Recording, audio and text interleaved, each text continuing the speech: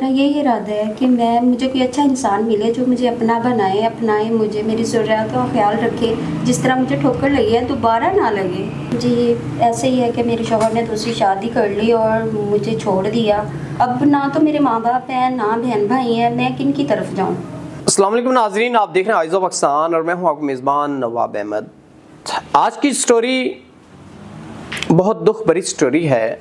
ये बहन मेरे पास चल के आई, इनकी आखिर क्या मजबूरियाँ थीं जो ये आपको बताना चाहती थी, या ऐसी क्या मजबूरियाँ थीं जिनकी वजह से ये मीडिया पे आ रही हैं या इनको सहारा लेना पड़ा मीडिया का।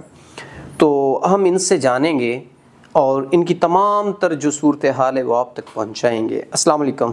जी वालेकुम अस्सलाम। अच्छा बहन, आप मीडिया पे आ रही हैं, आखिर क्या मसाइल है जिसकी वजह से आप मीडिया पे आ रही हैं? ऑफ कैमरा जो आपने हमें बताया कि आपके शौहर ने पसंद की दूसरी शादी कर ली और आपको छोड़ दिया, तो इस हवाले से थोड़ा सा तफसीलन बताइएगा। जी, ऐसे ही है कि मेरे शौहर ने दूसरी शादी कर ली और मुझे छोड़ दिया। कि मैं उसके साथ रहने के लिए भी रेडी थी कि घर में हम लोग रह लेंगे, ठीक है, मगर नहीं हुआ और वो छोड़ के तो उन्होंने दूसरी शादी कर ली। अब ना तो मेरे माँ बाप हैं, ना बहन भाई हैं, मैं किन की तरफ जाऊँ। बड़ी मुश्किल से मैं गुजारा कर रही हूँ, मेहनत करके इधर उधर। मैं बहुत परेशान हूँ इस चीज़ से। तो आपको इल्म नहीं था कि आपके शौहर के गलत ताल्लुकात हैं किसी के साथ? इस बारे में मुझे बिल्कुल भी आइडिया नहीं था। मुझे इस बात का भी पता नहीं था कि उसके पहले से 2 बच्चे भी हैं और मेरा तो कोई बच्चा ही नहीं था, मगर उसके बावजूद भी उन्होंने मुझसे शादी की। मुझे बिल्कुल नहीं पता था, जिन्होंने रिश्ता करवाया उन्होंने नहीं बताया था ये। यानी कि आपके साथ धोखा किया गया। जी नाज़रीन देखें, हमारी बहनों के साथ इस मुआशरे में रिश्ता करवाने वाले लोग कितना फ्रॉड करते हैं, कितना धोखाधड़ी करते हैं और कितने मासूम लोगों की ज़िंदगियों से खेल जाते हैं अपने चंद पैसों की खातिर। 10,000, 12,000 या 15,000 फ़ीस होगी उनकी खातिर इन लोगों की ज़िंदगियां बर्बाद कर देते हैं। ये लोग मजबूर होते हैं अपने सहारे की तलाश में, घर की छत इनको चाहिए होती है जिसमें ये आके अपना मुस्तकबिल तबाह कर बैठते हैं। अच्छा बहन, मुझे ये बताएं, वो तो हो गया सो हो गया, अब आप क्या चाहती हैं? आपने मीडिया का सहारा लिया, आप ऑफिस हमारे चल के आईं, अब आप क्या चाहती हैं कि कोई ऐसा इंसान जो आपको अपना शरीक हयात बनाए, आपको अपना हमसफ़र बनाए? क्या ये इरादा है आपका? क्या मामला है? जी, मेरा यही इरादा है कि मुझे कोई अच्छा इंसान मिले जो मुझे अपना बनाए, अपनाए, मुझे मेरी ज़रूरत का ख्याल रखे। जिस तरह मुझे ठोकर लगी है दोबारा ना लगे।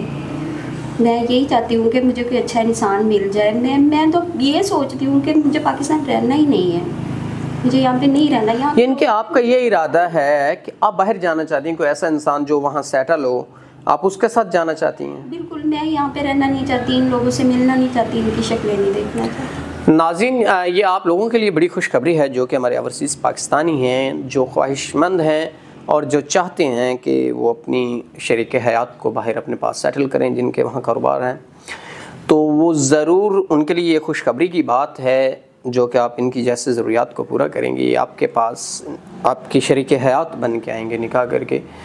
लेकिन ये यहाँ के लोगों के जुल्म व सितम से तंग आ चुकी हैं, लोगों के रवैयों से तंग आ चुकी हैं।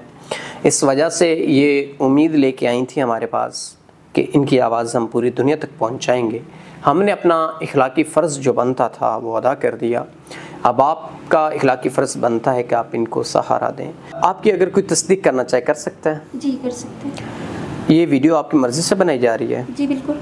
नाज़रीन, ये वीडियो भी इनकी मर्ज़ी से बनाई जा रही है और कोई तस्दीक करना चाहता है वो भी कर सकता है। लेकिन लास्ट में आपको एक मैसेज देना चाहूँगा कि ऐसे लोगों का सहारा बना करें जो मुआशरे में बहुत जुल्म सितम के सताए हुए बेबस होते हैं।